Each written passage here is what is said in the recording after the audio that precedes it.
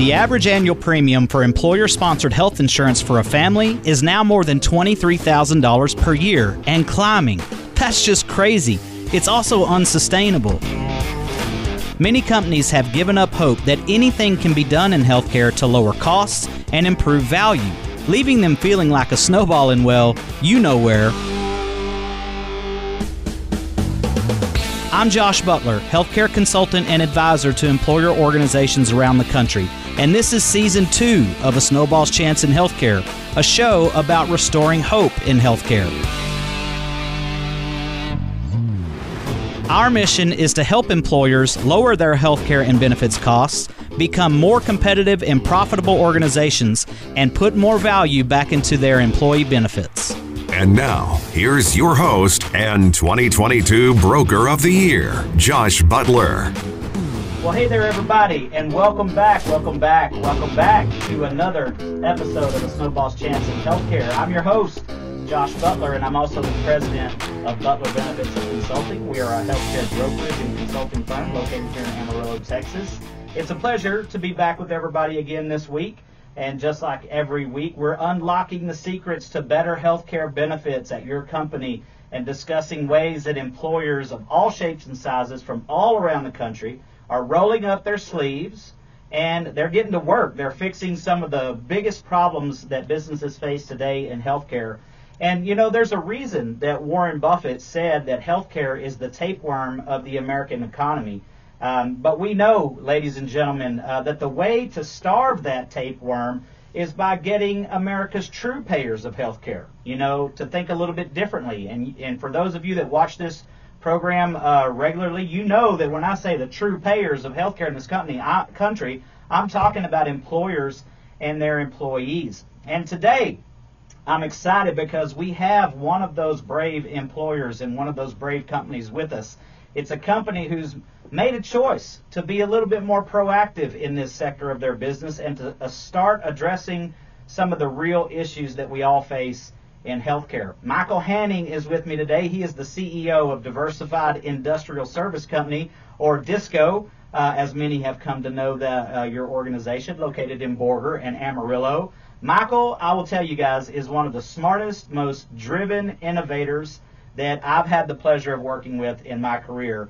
And he also has a tremendous team of experts around him over at DISCO, and they all do such a phenomenal job. It's a pleasure to work with them. And I'll tell you, when he's not geeking out on natural gas compressor cylinder repair and industrial machine work, he's probably out doing, I don't know, exercising or curing cancer or probably planning his own podcast episode or something amazing. But Michael, it's great to have you on the program, my friend. Welcome. It's good to be here. Thanks, Josh. Awesome. It's good to see you. How you been? Really good. Yeah. Good. So just so the audience knows, you know, we started working together. It's been about a year when we first started our first conversations, when we first started to meet and everything. But before we get into, you know, our today's episode, tell us a little bit about yourself and tell us a little bit about DISCO. So DISCO has been around for a little over 50 years. My grandfather started it in 1968, and my dad and his brother-in-law took the reins in about 81, 2, 3, somewhere in there. And then I came around about 2010, and I have been running the business for about 5 years. So this is about 2018, something like that. DISCO is why we exist is we want to celebrate the skilled trades and develop people. And how do we do that? We do that with industrial service. And so we have 6 shops throughout from Kansas to Lubbock. And we work in all types of industrial service. We work in cheese plants, we work in beef plants, we have a lot of natural gas compression presence that we do. And we do a little bit of manufacturing. We are really what our name says we are a diversified industrial service company. And if you ever go through one of your shops on one of these locations from Kansas down to Texas, I can tell you, if you ever want to get a glimpse and see what American ingenuity looks like, I'm always amazed by some of the things that you guys create. I mean, people come to you with ideas and you're like, yeah, I think we can do that. And so it's completely different than my industry, but it's the same. When people say, well, what if we tried this? Could we do this? Well, let's go build it. Let's go create it. So that's awesome. Well, today, Michael, hey, I appreciate you coming on. I know you're a busy guy, and I know that it's not the sexiest, most interesting of topics. I know healthcare is not. And you and I have had some really good discussions over the years, I would say, about healthcare and about self-funding and about just business in general. But even before we started working together, you kind of felt like, there were some things just off with healthcare. And, more specifically, that you could do more within your own organization, to address healthcare costs and to maybe improve value and quality for your benefits. But before we knew each other, what were some of the things in healthcare and benefits that you felt needed to change or needed to be addressed? We've been self-insured for a long time, way before I came around, and one of the questions that I asked was, and I think what has spurred this on is just access to information. I mean, that is kind of leveling the playing field, that all of a sudden we can find out what things are costing other places, and that's sort of what piqued my interest in all of this. But I guess we always wanted to stay self-insured, but I felt like it was our money that we were using, but we didn't have any options. When it came time to, if you're, I'll throw out an example, a gallbladder here versus a gallbladder there, or this drug from this provider, it's the same drug over here, or it's a generic, like why is it costing so much more over here? This is our money. Like we're having to use this to self-fund our insurance program, our insurance plan, and I could never get a good answer until I met with you at Palace Coffee for the first time. I was asking those questions and I couldn't get an answer. And I also don't think it was, I was asking the question, well, who can help me do this? Yeah. And it wasn't until Maddie McLean, our mutual friend, put us in touch, and that's when that was my question, because I know people that started a surgery center. I had conversations with physicians in town that started a surgery center, and they asked me about it. Hey, are you self-funded? I said, sure, we sure are. Well, why don't you send your people over here? We can do this for that. And I'm like, oh, that sounds great. And how do I do that? Yeah, I was like, yeah, well, we'll just do that. And then, then I find out, well, you can't do that. I said, well, yes, we can. It's our money, right? And then we start finding out there's all of these things going on, and that's kind of where my brain and I don't want to mess with that. I want to run and build a business over here, not figure out the healthcare stuff. Mm-hmm. And that's where you came in, because that was what was really frustrating. Was I knew, and I was talking to other people that were doing things a different way, but I didn't know how to get there. And that's where you came in and have done a great job at Disco with us. Yeah, and I think many employers feel the same way. They don't specialize in this sector of their business. But, I mean, if I were to ask you, I'm sure you've got sheets and sheets of paper you can pull up. I said, Michael, what do you pay for steel? What do you pay for acetylene and oxygen for your cutting torches and stuff? I mean, you guys manage a business down to the dollar. But I just feel like, and maybe if you felt this same way, is that healthcare was this big sector. It's no longer number 37 on the P&L. Healthcare, and I know, right, for you guys, it's in your top 3, and I only know that because, I work for you, but, but it's the last big bucket of money that you really couldn't optimize, is what I'm hearing you say. Exactly. And again, it's sitting there, it's ours to do what we want, but I didn't feel like we could make wise, prudent decisions on what it was doing. It was just kind of like... At someone else's mercy. Exactly. Yeah, and I think that's where, when we have the lead up to the show and the intro, is that we say we're restoring hope in healthcare. I think a lot of business owners have lost their hope that anything, and we're going to get to that here in a little bit, but you had said something a second ago, and which is very true. Disco had been self-funded and self-insured for many, many years, and so, and you guys, for many years, I would say 30 plus, right? I mean, you guys have been self-insured for a really long time. But what would you say is different now, and why did you ultimately decide to work with us?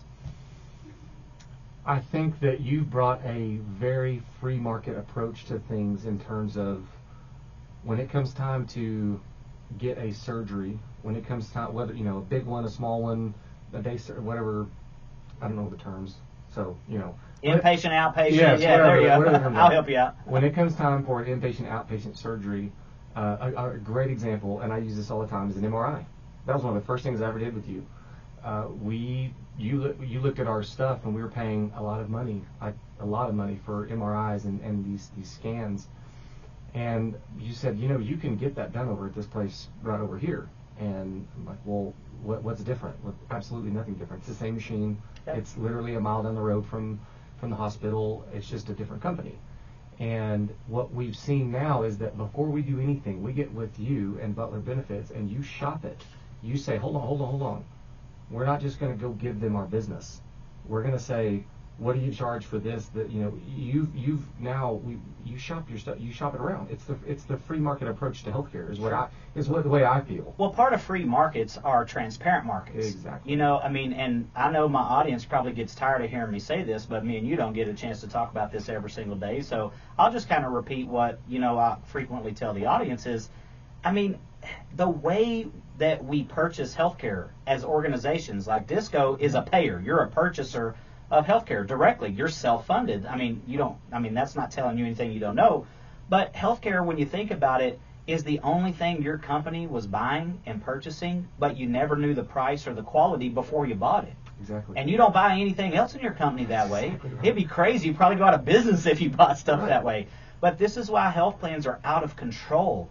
And so I just think that we're bringing some more practical solutions of free markets back into healthcare, and transparent markets are part of having a free market. It's not a free market if everybody gets to disguise their price and their quality before you get a chance to purchase it. Right. And it's this deck stacked against you in that way. Right, and something that we see in our business, so sometimes our customers will sign contracts with a vendor for 1 year.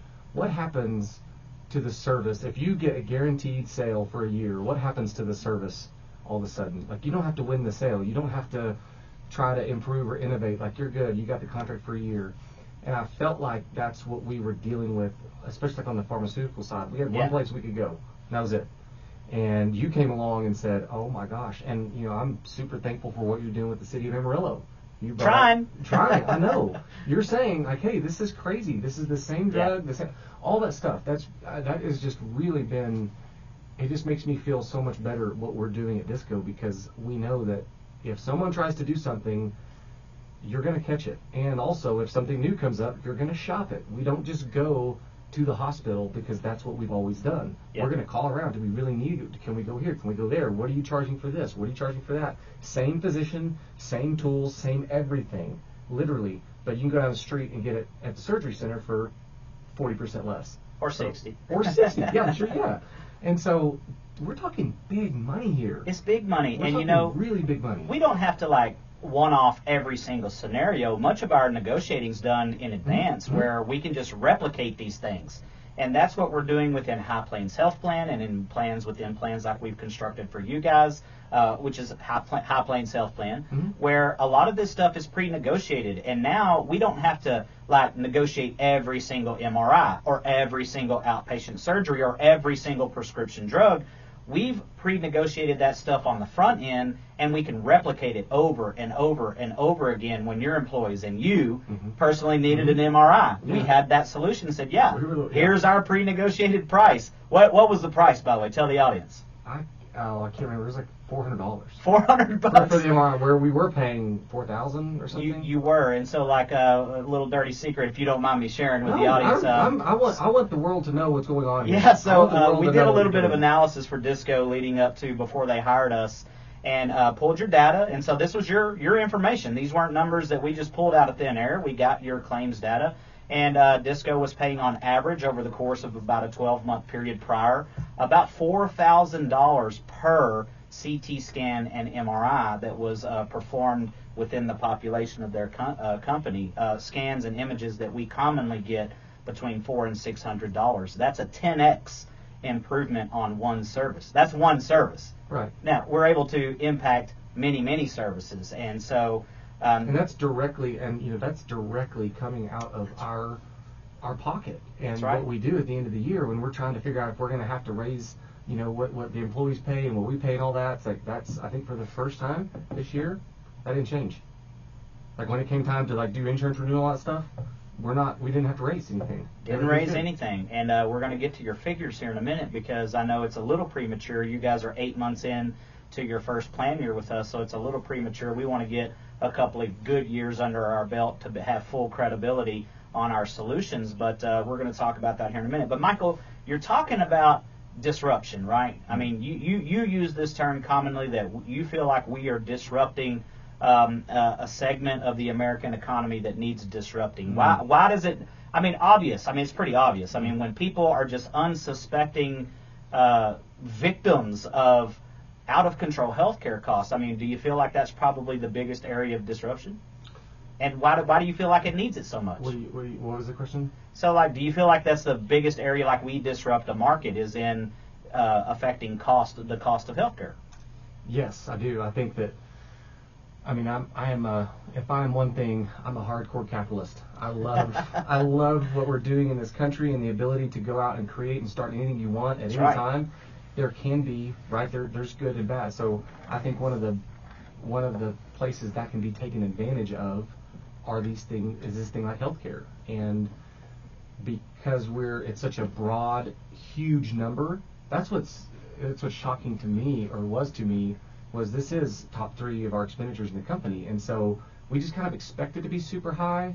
So it's kind of like, what can we do about it? Is that just what it is? And I feel like that's most people's response and attitude towards it. It's just really expensive. So if you can save a company or 10 companies $100,000, you just created $1 million like that of money that will be invested into employees, into capital, into growing a business. And that's why I keep saying disrupting, because that's the market. So, cab drivers, they had the market cornered forever, right? Right. And here comes Uber. And then all of a sudden they didn't. And all of a sudden they didn't, because all of a sudden there was new information being had. And I feel like that's what's happening. I hope that's what's happening with you. Absolutely. And people getting on board. Well, not just me. I mean, I don't want to make it out like we are just, like one in 50 million, because we're not. There's people all over this country doing amazing work, and people's shoulders that I stand on, and people that teach us and that are mentors to us, and we talk about them frequently on this program. But you bring up something where you help 10 companies save $100,000, and all of a sudden you just generated $1 million worth of savings. But so I want to get your thoughts on something, because you live here in Amarillo. You're very well connected around town. Lots of people know you. You're very well respected. You sit on some boards, and you're a well-known person. And so a few weeks ago, it's been a couple months ago, I put a post on LinkedIn, and it kind of listed out about 10 different organizations, in some of the larger employers in our community.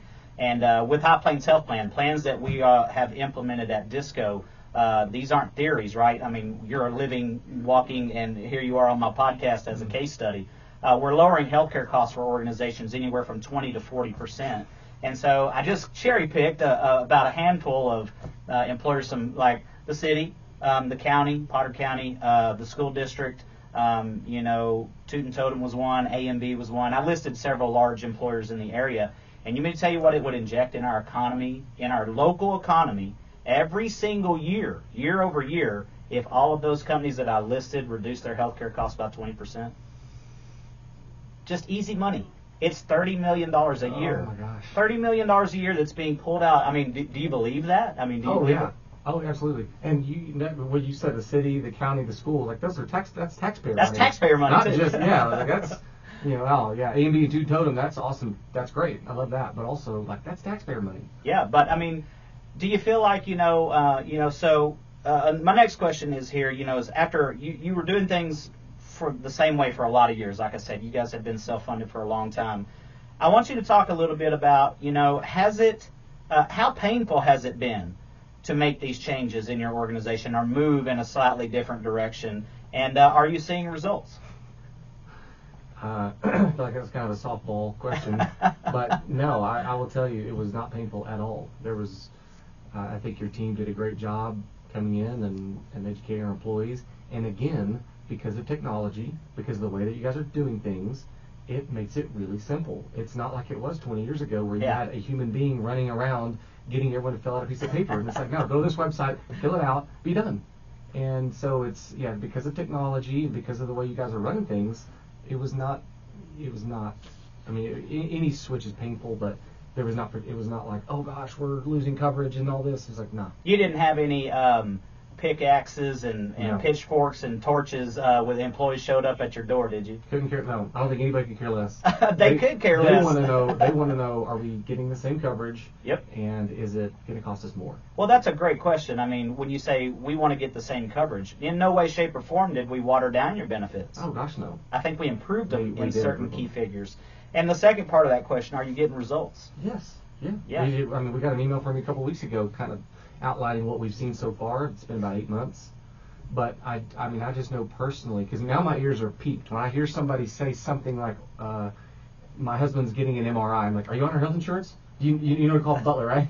Right. So I know personally of several people at our company that have done that. And now it takes a while to get used to it, and you have to tell people 7 times, I think is the statistic or whatever. But we are seeing people using the plan. I know specifically some pretty high-end specialty prescription drugs that were in our company that are now being done differently.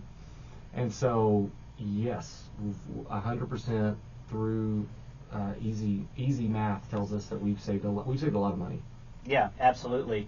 And so, I just think, back to that question about the city, and, I think it's a really important point, because I think a lot of people are under the impression that in order to save a lot of money in healthcare, you just got to gut your benefits. You have to just basically stop paying for everything and deny. And denying coverage or denying care to someone is absolutely a way to save money. But then, do you want to do that to your employees? I mean, what employer wants to do that to their employees? No. And so I think it's an important point to kind of reiterate, is that we're able to do these things, but we're not the heroes of the story. I mean, we're the people that are just developing the ideas and developing the solutions. Ultimately, one of my mentors, Dave Chase, the founder of Health Rosetta, says it doesn't take a whole lot of genius in what we do. What it takes is a lot of willingness and a lot of backbone and a lot of courage. And so I think the real heroes of the story